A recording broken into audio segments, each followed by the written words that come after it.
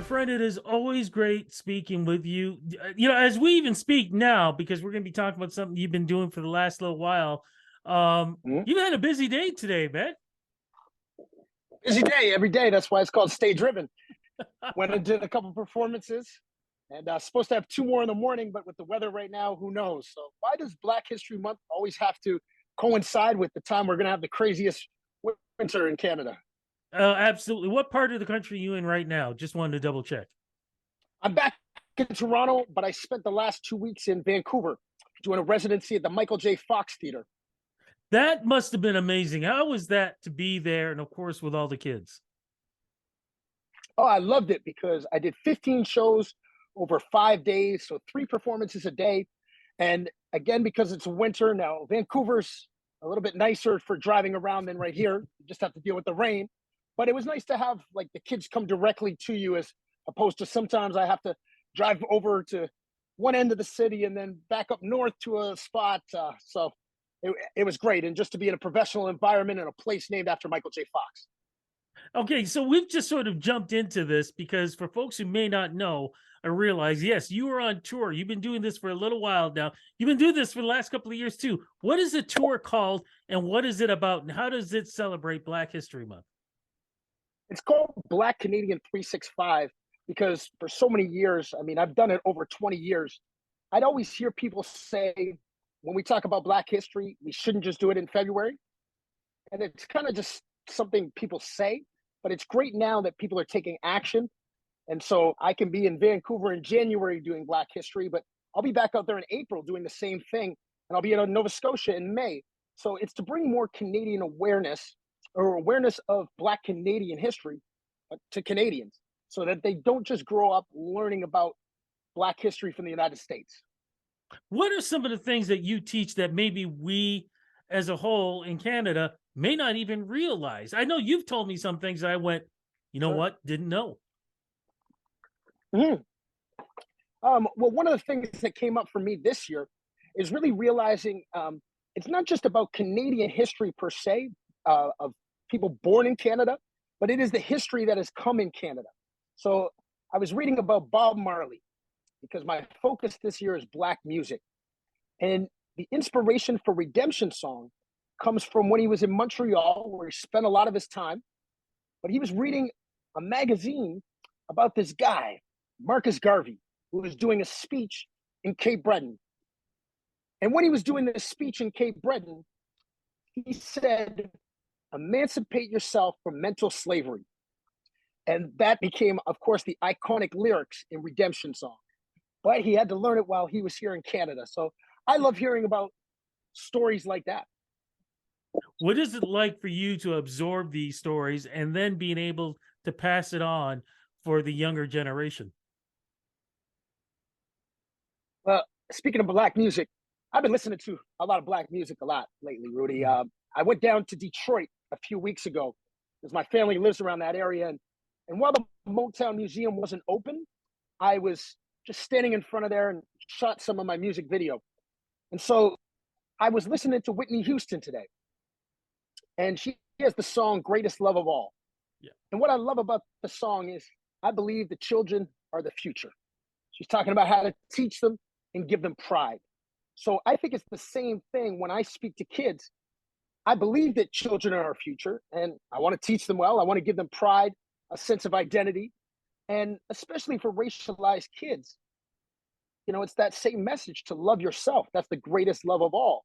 And I think that for so many kids growing up, maybe they aren't aware of role models, or in the media they might learn this, or it's almost not every day, but so many times I'm hearing about how the N word has made a comeback. And I remember what that word meant to me hearing it when I grew up in Northern Ontario and how I had to figure out, how to deal with that.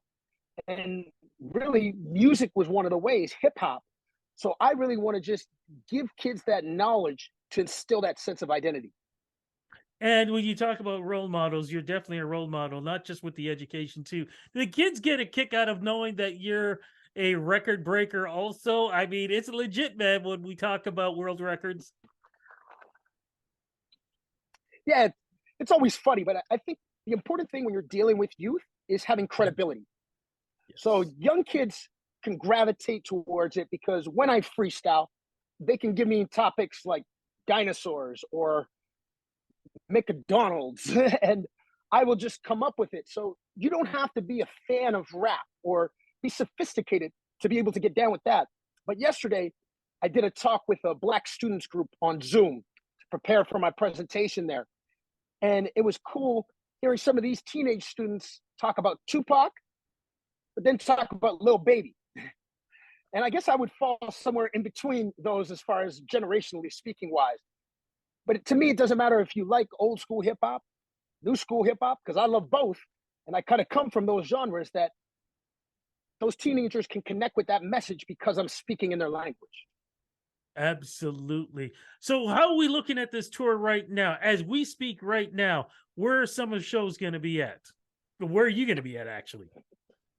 It started with 25 shows in Vancouver, 15 Mhm. at Michael J. Fox. I'm back in Toronto right now. And I love the greater Toronto area because mostly I'm just going to be traveling from Scarborough to Pickering to Keswick and Markham and Richmond Hill, Woodbridge to downtown Toronto to Brampton, Mississauga. So I'll be doing so many schools there. And then I'm going to take a break next week because I have to fly out to Los Angeles to attend the Grammys. So I'll be down there representing Black Canadian music as well. Well, I hope you have a great time. As you know, I've been there a couple of times myself Yeah, too, and it's always a fun event before and after too. Before we go though, what wise words would you like to say to folks out there celebrating Black History Month, or somebody who's never really done that? What do you want to say to them? it's important to learn about history, but you shouldn't just learn about somebody's name and one thing that they said or did. You got Martin Luther King. We all know I Have a Dream. We've got Rosa Parks. We know she sat down at a bus. And in Canada, now we know about Viola Desmond, and she sat down in a movie theater. But one act in your life doesn't define who you are as a person and doesn't define all of your legacy. I mean, those are incredible things that they did. When I talk about Martin Luther King, I talked about when he spoke in Toronto and when he called Canada heaven because slaves were using heaven as code in spirituals. Rosa Parks, there's an incredible new documentary about her, just saying, essentially, you think this woman just woke up one day and decided to sit down on a bus? There's more to it. And then with Viola Desmond, she didn't just sit down in the movie theater, but she was there because she's an entrepreneur. And this is a woman that was giving back to her community by having a beautician school. And by doing that, she's empowering more young women. So my hope is that when you learn Martin Luther King, I Have a Dream, that you learn more. And the same goes for Rosa or Viola and on and on. I want kids to come back home and say, yo, mom, I saw this cool rapper. Oh, yeah? What was he doing? He was teaching me about Viola Desmond. Oh, yeah? What did you learn? You know, I learned she sat down at a movie theater. Oh, yeah, tell me more. I'd like to learn more.